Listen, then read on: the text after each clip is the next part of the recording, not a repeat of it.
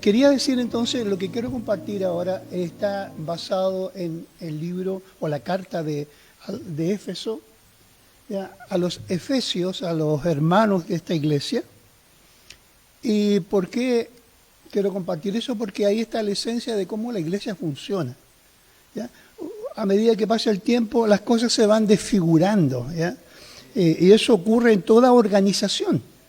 En las organizaciones están puestos los objetivos, las metas, y eso hay que estar repasando cada año, porque la tendencia es a desviarse. Y como pastor ya antiguo en la iglesia, eso lo veo muy común en la iglesia cristiana, que un grupo tiene bien claro lo que quiere lograr, pero en el transcurso del tiempo y los años pronto se transforman en un grupo contrario a lo que afirmaban. Por ejemplo, un grupo que está solamente alimentando a los que asisten y ya se despreocupó de los que están fuera, ¿ya? Eso es muy común, ¿no? Entonces quiero compartir eso. Efesios 4, prácticamente son los versículos 11 y 12. El 7 está hablando acerca de los dones que el Señor entregó después de su ascensión, y Él dejó dones a los hombres, y aquí es el tema que me interesa a mí. ¿Sabe quién escribe esto? Pablo, ¿no es cierto? El apóstol Pablo. La mayoría del Nuevo Testamento lo escribió el apóstol Pablo. Y es una mezcla, Pablo, de realidad teológica y práctica. En los primeros capítulos siempre en sus cartas entra en temas profundos, pero ya más de la mitad comienza a dar consejos prácticos. Tiene el equilibrio perfecto en el estudio de la palabra, profundidad y práctica en el ejercicio de lo que aprendemos, ¿eh? Entonces está hablando él ahí a una iglesia que él mismo fundó en esta ciudad de Éfeso. Podemos avanzar. ¿Cómo funciona la iglesia? ¿Cómo se perfeccionan los santos? Y vamos a ver un ejemplo en la misma carta de Pablo. Esta iglesia la fundó, ahí está, ¿ya? Una más.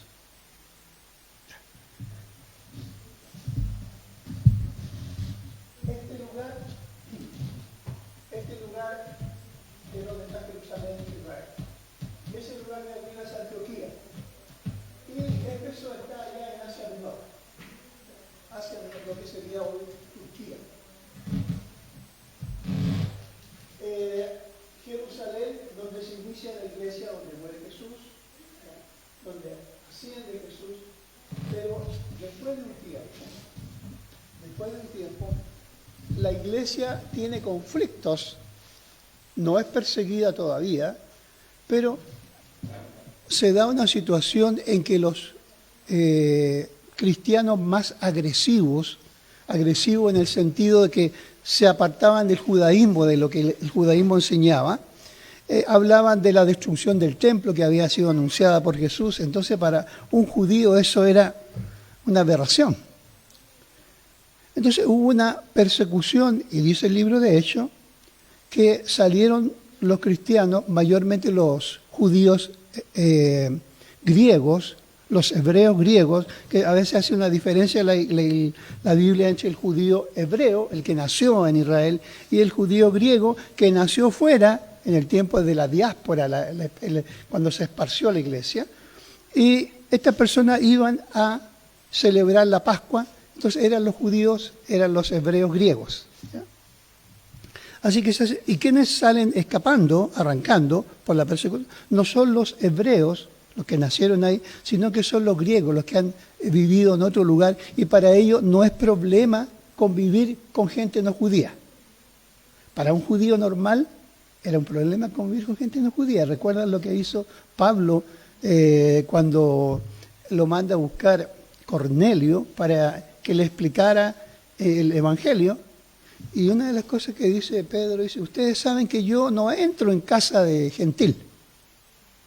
O sea, si el Evangelio había de ser comunicado por los judíos, eran los menos aptos para hacerlo. ¿Por qué? Porque ellos no se mezclaban con los gentiles.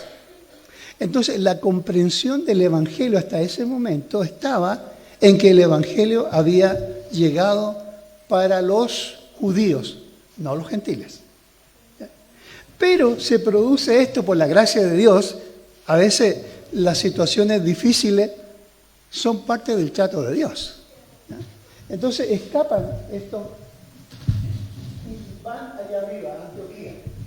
Antioquía era una ciudad importante y ahí en Antioquía ellos, explicando por qué escapan, se da el hecho que comparten el Evangelio. Y comparten el Evangelio y la gente comienza a aceptar el Evangelio. Los gentiles, los que no eran judíos. Bueno, ahí hay una mezcla, judíos, gentiles. Y ahí en ese lugar de Antioquía se transforma en una iglesia misionera, que es la que permite que el Evangelio nos llegara a nosotros. ¿Ya? Porque ahí ellos son los que envían a Pablo.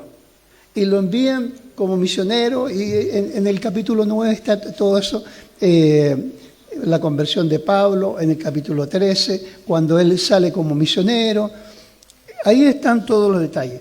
Pero lo que quiero decir es que los primeros años fueron difíciles para la iglesia, ¿ya?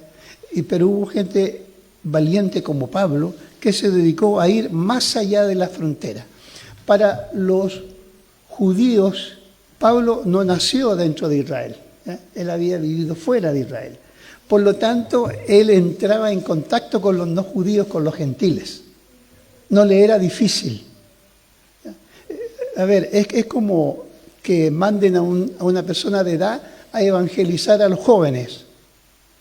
Cuesta entrar en el mismo lenguaje, cuesta. Pero si mandan a un joven para evangelizar a jóvenes es más fácil, porque tienen el mismo lenguaje, los conceptos pueden ser comunicados. Algo así pasaba, pero era un asunto de raza, ¿ya? De raza. Los judíos no se mezclaban, pero esto permitió que los judíos griegos, que eran más abiertos a mezclarse con gentiles por el mismo tipo de vida, llevaran el Evangelio. Y así, en estos viajes de Pablo, surge una iglesia, surgen muchas iglesias, varias iglesias, y el Nuevo Testamento da testimonio de ellos. Cada carta que Pablo escribe tiene un nombre de una ciudad. Romano, Éfeso, Corintio, eran todas ciudades. Cada una de ellas se formaron grupos con toda la adversidad que eso significa. ¿Ya? Adversidad en cuanto a que no tienen poder, no hay construcción de iglesias, se juntan en casas, están dentro de un imperio romano que es brutal para mantener el orden. Aparte de eso, nadie le da importancia a Jesús, porque está en un lugar, lo que hizo Jesús, nadie le da importancia excepto los convertidos. Por eso no hay tanta literatura respecto a Cristo, hay menciones, ¿ya? Hay menciones, Ireneo, Papías, que son de ese tiempo, siglo II, siglo III, y otros autores incluso romanos, ¿ya? Y judíos como Flavio Josefo, y otros más que hablan, pero sí pequeñas cosas de él. La única biografía que tenemos son los evangelios. ¿Ya? Entonces nadie le da importancia porque era un país insignificante. ¿Ya?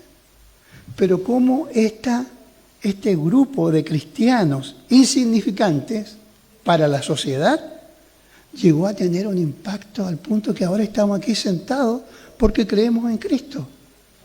¿Cómo lo hicieron ellos? Ese es el secreto. Eso es lo que Pablo, bueno, no es ningún secreto porque está en Efesios, ¿ya? Pero ahí Pablo explica cómo funciona la iglesia, cómo es posible que esta iglesia se multiplique. Lo podemos leer Efesios 4, 11 y 12. ¿No? Si lo tiene, escuché una vez, vamos a leer la Biblia, así que prenda su teléfono. Así es la cosa ahora, ¿no? Ya, Efesios 4, 11 y 12. Leemos todos juntos, dice, y Él mismo constituyó a unos apóstoles, a otros profetas, a otros evangelistas, a otros pastores y maestros, a fin de perfeccionar a los santos para la obra del ministerio, para la edificación del cuerpo de Cristo. Amén. Es lo que yo quiero explicar esta mañana, ¿no? Cómo el concepto de Pablo, cómo funcionaba la iglesia y cómo la iglesia se multiplicaba. Aquí está la clave de cómo esto es. Dice él, ¿cómo funciona la iglesia?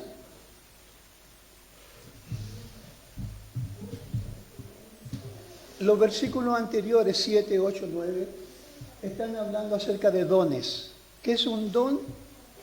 Un don es una habilidad espiritual que Dios da a la persona para que haga un trabajo significativo en el cuerpo de Cristo. Es un don. La persona puede que no sea profesor, pero Dios le otorga el don, la capacidad de enseñar. Y aunque no haya estudiado pedagogía, no es algo inmediato. A la persona le interesa enseñar y comienza a investigar más la Biblia, comienza sus pequeñas prácticas, le piden, pronto algunos hermanos de la iglesia ven que tiene esa habilidad y le piden que sea profesor de escuela dominical o profesor de un grupo de casa, y la persona va desarrollando eso porque tiene la semilla. ¿Ya? Ese es un don y son espirituales, sirven para impartir gracia en la iglesia. ¿Ya? Dones. ¿Usted sabe cuál es su don? ¿Sabe cuál es su don? ¿Usted cree que tiene algún don? Bueno, son dos preguntas importantísimas, ¿ya? Porque si estamos acá en la tierra es para ejercer ese don. Para eso el Señor nos tiene. Y ese don contribuye a la extensión del reino de Dios. Una persona enseña, otro visita enfermos, otro administra la iglesia, y así funciona la iglesia con un cuerpo, es un equipo. Entonces, ahí está el cuadro. Dios ha dado dones, habilidades. Aquí se mencionan algunas. Habilidades: apóstol, profeta, evangelistas, pastores, maestros. Apóstol, la iglesia cristiana, Jesús estableció apóstoles enviados, y ellos tenían la autoridad para recordar lo que Cristo enseñó, escribirlo y para hacer autoridad a la iglesia. ¿Cuáles eran las cualidades? Bueno, cuando murió o se suicidó Judas, buscan un reemplazante y Pedro dice algunas cosas que son condiciones para ser apóstol. No cualquiera puede ser apóstol, aunque a algunas personas les gusta la idea, ¿no? Pero no cualquiera puede ser. Y dice, es necesario, dice en el capítulo 1 de Hechos, es necesario buscar una persona que haya estado con nosotros desde el bautismo de Cristo hasta la ascensión. O sea, el apóstol tiene que haber tenido esa experiencia. Y buscan, y cae en Matías la oportunidad de que él pueda ser elegido dentro de los 12. O sea, había que tener esas cualidades. Como esas cualidades son imposibles para nosotros, y ya la Biblia la escribieron los apóstoles. Por eso somos una iglesia cristiana apostólica. No romana. ¿Ya? No romana, pero somos cristiana apostólica. ¿Por qué? Porque nuestra fe descansa en lo que Jesús enseñó y lo que escribieron los apóstoles. Así que profeta es la persona que trae el mensaje de la palabra, ¿ya? El que da la palabra al Señor. La gente tiene la idea de que el profeta es el que dice, a ver, dentro de un mes va a haber un temblor, un terremoto. No, la Biblia, mayormente los textos del Antiguo Testamento hablan de más que profetizar el futuro, más que eso hablan de corregir el presente a las personas. Mayormente eran correctivos más que predictivos los profetas. Pero aquí en el Nuevo Testamento la idea es de la persona que tiene una palabra para dar a la iglesia. Luego dice evangelista, el que va anunciando cómo las personas pueden ser cristianos, los pastores, los que cuidan el rebaño, y maestros. Note que ahí dice pastores y maestros. Al parecer ambas cosas van juntas. Un pastor debe ser también maestro, pero un maestro no necesariamente tiene que ser pastor, ¿ya? Por eso dice pastores y maestros. Y esos dones, ¿cómo funcionan? Según lo que dice Pablo, perfeccionan a los santos. ¿Quiénes son los santos? Bueno, en el concepto bíblico, los santos son aquellos que han nacido de nuevo. En el concepto bíblico. Ahora, como estamos en una cultura católica, tenemos la idea de que un santo es una persona que vivió una vida intachable y llegó un momento y la iglesia lo beatifica y luego lo declara santo. Pero eso es cosa de la iglesia católica, ¿no? Eso es cosa. Pero en el concepto bíblico, son santos aquellos que han sido llamados por Dios, se han convertido y se han apartado del estilo de vida de la sociedad. ¿Ya? Se santifican, se apartan, son los llamados a salir fuera. Esta palabra era usada por los griegos cuando en una ciudad se llamaban las personas a la puerta de la ciudad para tomar decisiones por la ciudad. Era la gente importante. Se apartaba del quehacer diario para tratar el tema, alguna amenaza, alguna cosa que había que decidir por la ciudad. Esos eran los santos. Ese mismo término usó la Biblia en el Nuevo Testamento para referirse a los llamados por el Señor para ser parte de su iglesia. Ya no vivimos como el resto, hay una diferencia. Vivimos los principios, el Evangelio. Entonces, ellos son los santos. Y esos santos, nosotros, tienen que ser perfeccionados. Nadie llega perfecto. Usted me mira a mí, yo soy pastor. Pero yo fui un tiempo marihuanero, hippie, músico, rockero. Eso no se puede decir porque ahora soy pastor. Bueno, el Señor me fue perfeccionando poco a poco, quitando hábitos. A veces fue difícil, a veces muy gratificante. Otras veces el cielo estaba aquí en la tierra y otras veces estaba el infierno en la tierra. Pero todo ese proceso ha dado resultados. Y creo que soy útil para el Señor ahora. Casado, tengo 2 hijos, crecen en la fe. Eso lo hizo el Señor. Nadie daba un peso por mí. Y por mis amigos tampoco. Pero es curioso, eso fue el año 72, 73. Y sabe la cantidad de pastores que hay en Viña, fruto de ese avivamiento que hubo el 72, 73. Donde la gente estaba polarizada. O eres de aquí, por no decir de izquierda o derecha. ¿Ya? O eres de aquí o eres de allá. Y al medio estábamos los cristianos, recién convertidos. Pero en una sociedad desafiante que nos obligaba a dar respuestas. Y eso ayudó mucho a crecer. Pero Dios nos perfecciona. Y ¿sabe? Le digo algo más.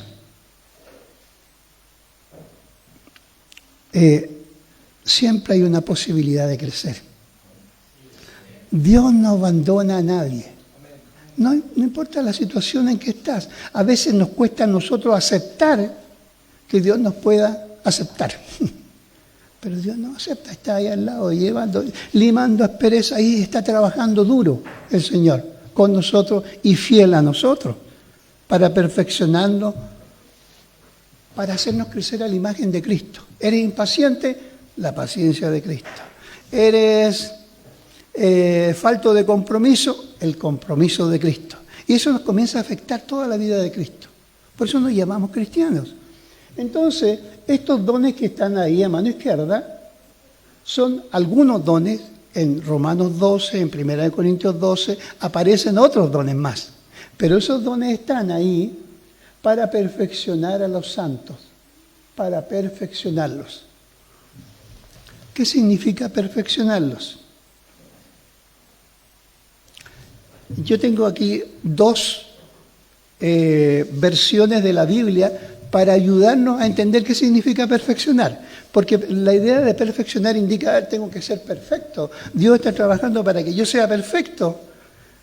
Hermano, no hay justo ni aún uno, dice la Biblia. Así que ánimo, ánimo. ¿Qué quiere decir esto? La NBI, la Nueva Versión Internacional, dice, a fin de capacitar al pueblo de Dios para la obra de servicio, para la edificación del cuerpo de Cristo. La versión simple, de un lenguaje simple, Dios habla hoy, dice, Él dio esos dones para preparar a su pueblo santo para el trabajo de servir y fortalecer el cuerpo de Cristo.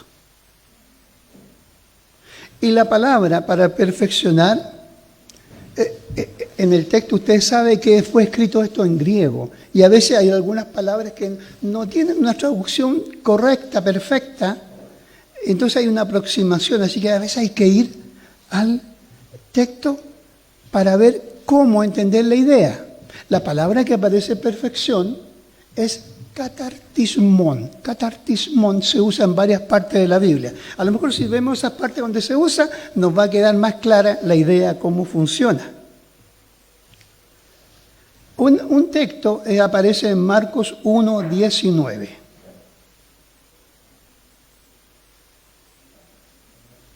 Marcos 1:19, lo leo, dice, pasando de allí un poco más adelante, vio a Jacobo, hijo de Zebedeo,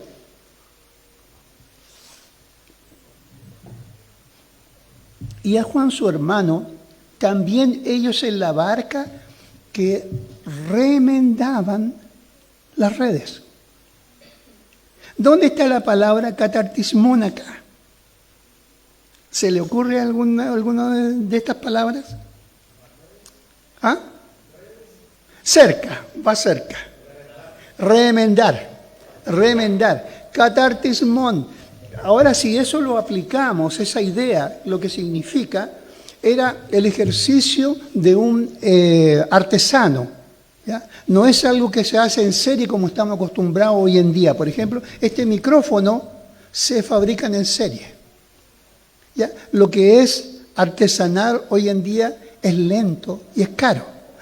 Uno no paga lo que el artesano, el trabajo que hace. Allá en Viña hay una feria de artesanía todos los veranos. Hay verdaderas joyas, pero la gente no paga lo que implica el trabajo que eso significó. Entonces, catartismón significa el trabajo de una persona artesana. Ahora, si eso lo aplicamos allá, a fin de remendar a los santos sería, ¿o no? A fin de remendar a los santos. Eso nos indica que la gente que llega a la iglesia llega con problemas. Mi esposa, una vez haciendo discipulado, encontró una persona, el único caso que tengo en mente, una persona que Dios, o sea, la vida le había sido tan grata, todo había resultado tan bien, su matrimonio, toda su vida, que quiso buscar a Dios para agradecerle. ¿Qué motivación más pura? Pero rara vez eso ocurre. Mayormente, ¿por qué llegamos? En mi caso, yo llegué por un sentido de buscar la razón de la existencia del hombre. ¿Para qué vivo? ¿Por qué estoy acá? ¿Para dónde voy? No entiendo cómo es esto. Y uno busca, solamente Jesús puede satisfacer esa sed existencial. De su interior correrán ríos de agua viva, dice el Señor. ¿Ya? Otras personas llegan porque perdieron el trabajo y escuchó por ahí en su vecino que oraron a una persona y encontró trabajo. Bueno, y allá otra persona porque está enfermo, pero bueno, está terminal, y escuchó que Dios sanaba y va allá, busca al Señor, y en esa búsqueda de trabajo, de encontrar salud, encuentra al Señor. ¿Ya? Entonces todos tenemos alguna motivación egoísta, esa es la verdad. Ahora, eso no está malo, creo yo. ¿Por qué? porque nos lleva a Dios, no está malo. Lo que sí está malo si uno se queda en la iglesia por una motivación egoísta. Bueno, yo soy un pastor ya viejo, no viejo, anciano, y he visto a veces que algunos jóvenes van a la iglesia porque están interesados en una niña. ¿Ya? Es una motivación egoísta. Ahora, puede que encuentre su esposa ahí, pero si se queda ahí por esa motivación, esto está malo. Tiene que encontrar a Cristo. ¿Ya? ¿Me entiende? Entonces hay motivaciones, todos llegamos por algún motivo. No hay ninguno que lleve perfecto. Pero acá, en el cuerpo de Cristo, comenzamos a ser remendados. ¿Ya? Dios comienza a trabajar. Se me murió un ser querido hace muy cerca de... Bueno, Dios empieza a trabajar ahí en mi vida para darme consuelo. Comienza a trabajar mostrando de que Él envió un consolador, que es Cristo, que es el Espíritu Santo. Y comenzamos en esa búsqueda, terminamos conociendo al Señor y comienza un trabajo, ¿ya? En nuestra vida, modelando el carácter de nosotros. Asistir a la iglesia es una parte, pero lo que se quiere conseguir es modelar el carácter de la persona. ¿En qué estilo, en qué modelo? Como Cristo. ¿Ya? Como Cristo, y ahí Dios va trabajando en nosotros. Así que el propósito es remendar a los santos, perfeccionarlos. Y esta palabra nos ayuda mucho a entender qué es lo que es la iglesia. La iglesia viene a establecer el reino de Dios acá y se encuentra con otro reino y que ha causado efecto en las personas que son trasladados a este reino, pero llegan deteriorados. Y el Espíritu Santo hace una obra, ¿ya? En nosotros. Remenda a los santos. ¿Para qué los remenda? ¿Para qué los perfecciona? ¿Qué dice ahí? Para la obra del ministerio. O sea, yo soy sanado, ¿para qué? Para trabajar en el reino de Dios. ¿Quién hace la obra del ministerio? El pastor, no solo el pastor. Los ancianos, no solo los ancianos. Todos nosotros y cada uno es puesto estratégicamente en la sociedad para llevar adelante el reino de Dios. Así que si usted cree que no tiene nada que hacer en la iglesia, está equivocado. ¿Ya? Está muy equivocado, porque Dios tiene una tarea para cada uno de nosotros. Pero hay diferentes funciones, pero todas esas funciones van en una dirección. Formar a los santos para que hagan la tarea del ministerio, el servicio. Como somos de una cultura católica, ustedes vieron, hace un momento había músicos de alabanza. Alguien dirigió acá y todos estamos involucrados en esto. Lo importantísimo es descubrir cuál es el área donde Dios quiere que usted trabaje. ¿Tiene dones? Todos tenemos por lo menos un don. Pedro dice, según el don que uno ha recibido, o sea, ya da por sentado de que hay uno. Y yo he visto que Dios es mucho más generoso, da más de uno. Pero esa idea nuestra, que es muy de chileno, ¿eh? ¿Quiere tomar tecito? Le convido un pancito, conversemos un ratito. Todo es pequeñito, entonces nos apocamos. Usted ha estado con argentinos, incluso hermanos argentinos. Che, si mi esposa es bárbara, dice, todo es grande para ella. Entonces a veces creemos que los dones pasaron por arriba, no nos dieron el Señor a nosotros. Y si nos dio algo el Señor es lo que botó la ola. No es así. Dios dio su vida para que nosotros tuviéramos esas habilidades y pudiéramos hacer algo significativo aquí, en esta iglesia, en otra iglesia, y que la iglesia funcione de esa manera. Usted está en lugares dentro de la sociedad donde el pastor no puede llegar.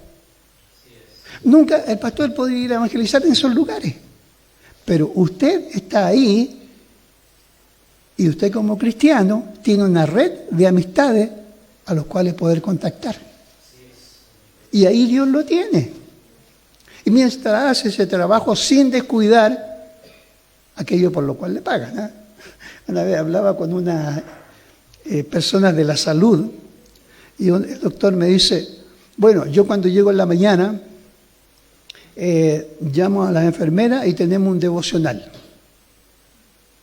Yo lo encontré excelente, pero dije, pero ¿sabe, hermano? El Ministerio de Salud no le paga para que haga un devocional. Yo creo que no está bien eso. Pero pastor, ¿qué quiere que haga? Bueno, yo le sugeriría que llegue unos 15 minutos antes y llama a la persona y tiene un devocional y oran. O en el momento del almuerzo dejar un momento para hacerlo. Porque si no estamos echando a perder el testimonio. Gente nos ve, es sacador de vuelta, porque lo vemos a veces orando, leyendo la Biblia. Saca la vuelta, no trabaja bien. No. Y todo lo que hacemos debe ser hecho para el Señor. Con excelencia, porque los demás nos están mirando. Entonces, Dios le ha dado dones a usted y lo está perfeccionando para que hagamos el trabajo de la obra del ministerio. ¿Cómo llegan las personas a la iglesia? Con muchos problemas. Por eso Jesús dijo, vengan a mí todos los que están trabajados y cargados. Jesús dijo, los sanos no tienen necesidad de médico, sino los enfermos. Un pastor amigo, ¿de acuerdo?, de la Iglesia Asamblea de Dios allá en Viña, un día me contó que una esposa se convirtió muy fiel a la iglesia y un día llega el esposo enojado. Quería hablar con el pastor. Sí, el pastor lo atiende. Dice, mire, yo estoy muy molesto porque mi esposa el día domingo estábamos juntos, ahora viene a la iglesia. Los días miércoles, ahora viene al estudio bíblico. Entonces el pastor le dijo, bueno, ¿y usted por qué no la acompaña? No, porque yo no creo eso, yo creo que yo no soy malo, yo no soy esto. No, él era perfecto. Entonces el pastor le dijo, bueno, entonces no tenemos nada más que conversar, señor. Gracias por venir, hasta luego. El hombre volvió a los 2 días. Se dio cuenta, hay muchas cosas que no funcionaban bien en su vida. Terminó convertido, después se fueron a Suecia, creo. Eran ya a comenzar una iglesia allá, ellos. Pero el Señor obra en aquellos que reconocen su flaqueza. Por eso llama a los que están trabajados, los que reconocen que están cansados, los que están cargados, los que están haciendo todo lo posible por mejorar, pero no pueden. Un milagro quiere hacer el Señor en sus vidas. Entonces, los santos son remendados para la obra del Señor.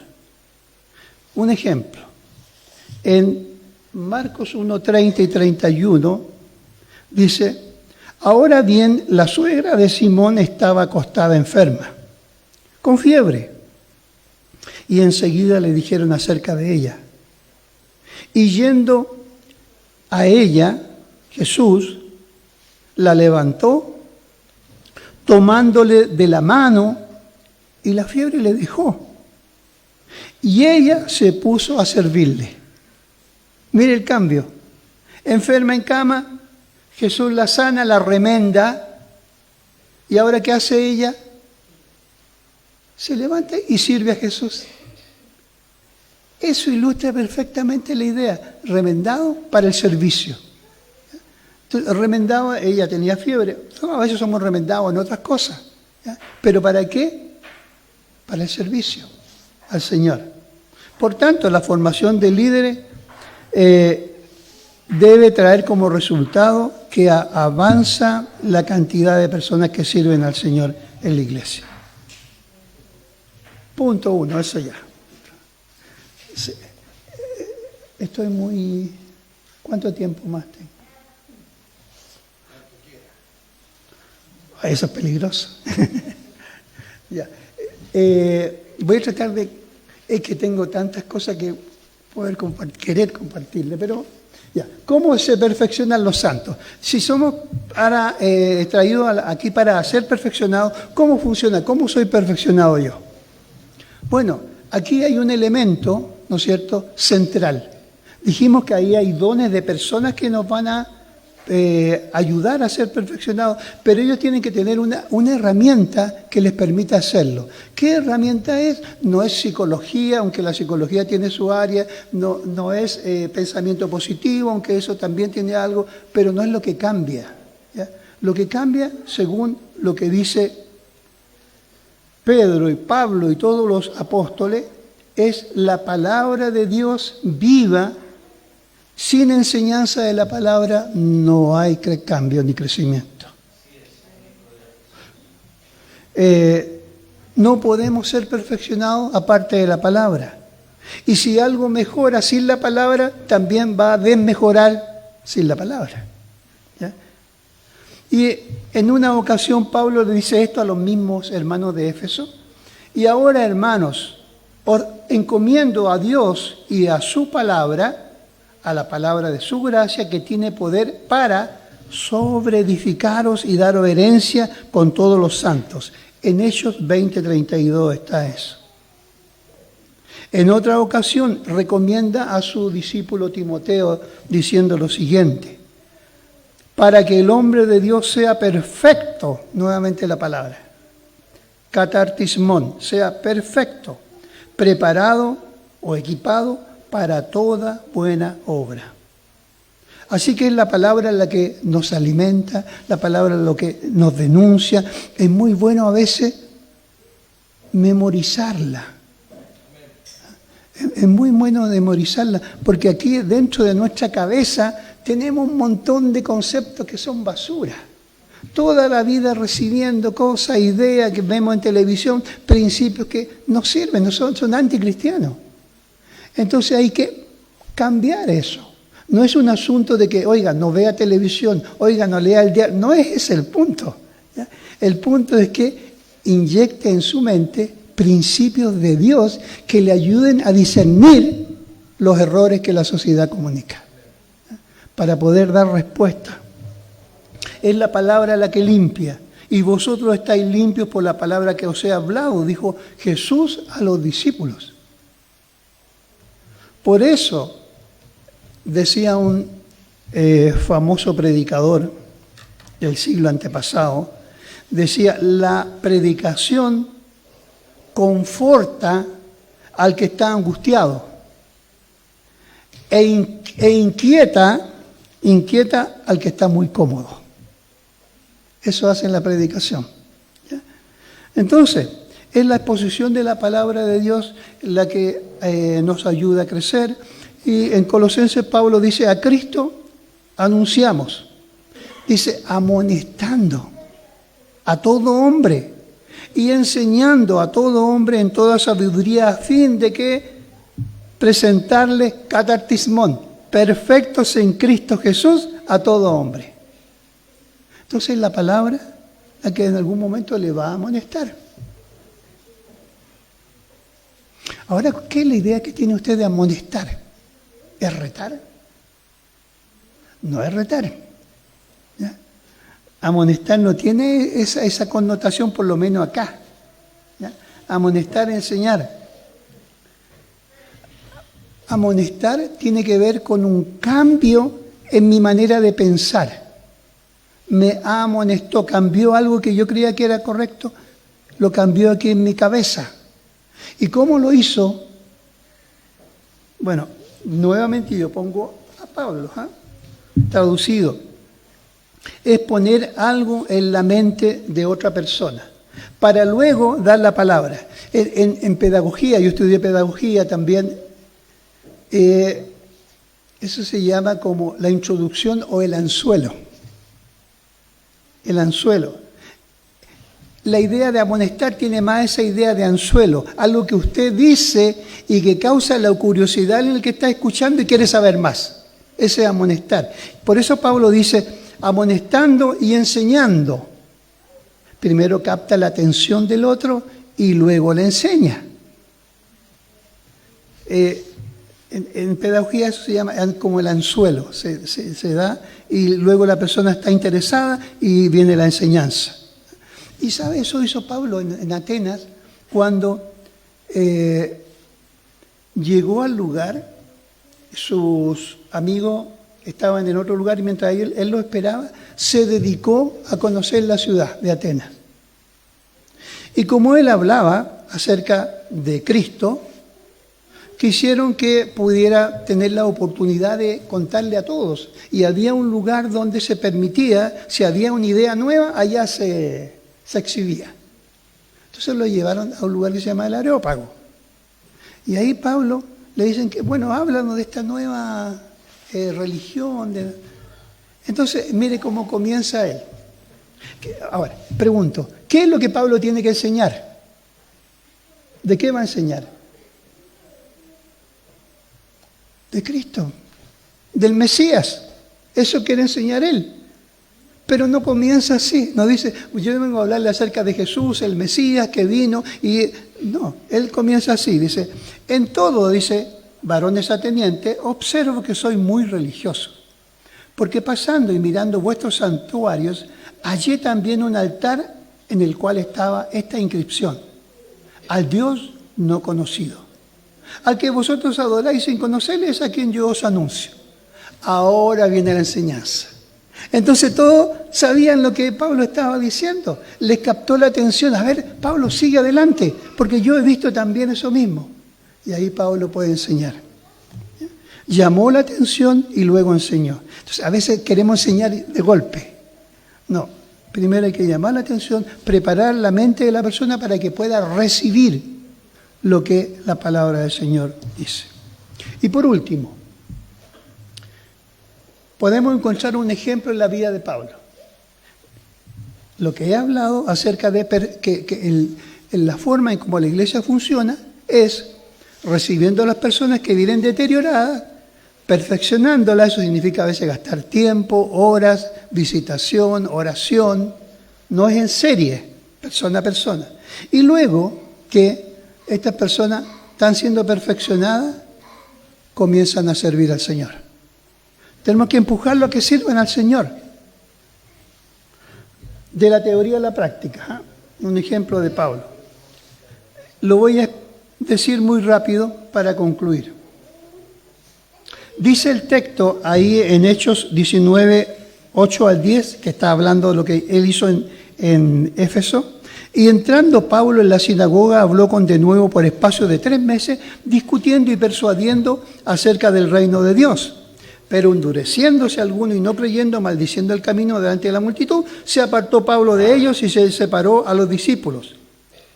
Discutiendo cada día en la escuela de uno llamado Tirano, así continuó por espacio de 2 años. Pablo dedicó 2 años ahí en ese lugar a enseñar. ¿Ya? Pero mire lo que dice el versículo 10 de este pasaje, Hechos 19. Dice, es pues extraño lo que dice.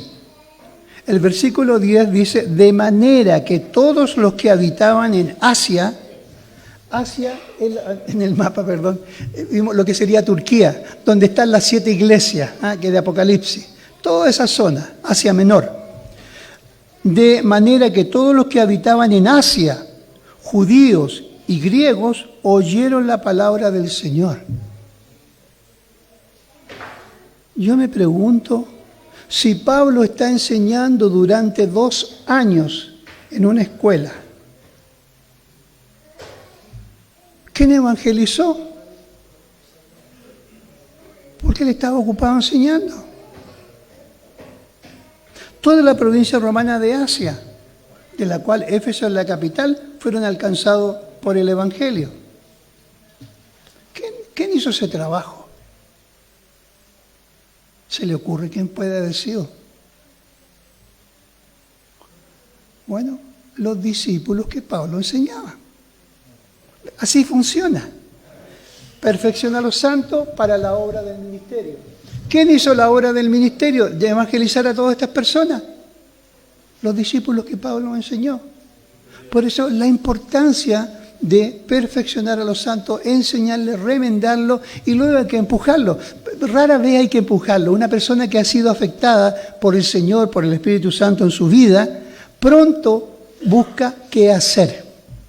Y uno sabe inmediatamente, la persona llegó calladita y pronto empieza a ordenar la Biblia. Pastor, ¿puedo ayudar en algo? Ese es buen síntoma. Es buen síntoma, porque ya la persona comienza a darse cuenta que necesita servir. Entonces, Pablo estuvo durante 2 años levantando esta iglesia, y esta iglesia fue tremendamente impactante porque afectó a toda el área de Asia Menor. Porque estos santos remendados hablaban en el mercado, hablaban en la escuela, hablaban camino al trabajo. Ellos fueron. Así que cada uno ejercía sus dones espirituales de tal manera que la provincia fue sacudida con el Evangelio. Pero no por Pablo, sino que por los discípulos de Pablo. Entonces Dios nos ha llamado a eso, hermano. ¿Usted está siendo remendado? ¿O usted ya fue remendado? Ahora, quiero decir que esto que el Señor hace en nuestra vida es de toda la vida, ¿no? Es a largo plazo. Pero el Señor va trabajando en nosotros pequeños pedacitos para servirle. Y en este servicio pronto descubrimos otra cosita que no marcha bien. Y ahí el Señor, para servirle. ¿Ya? No es un estado en que usted va a tener que estar durante 1 año, 2 años y sin hacer nada. No, las dos cosas van casi juntas. Así que quisiera, para concluir, conclusión. ¿Entendió cómo funciona la iglesia? ¿Ya?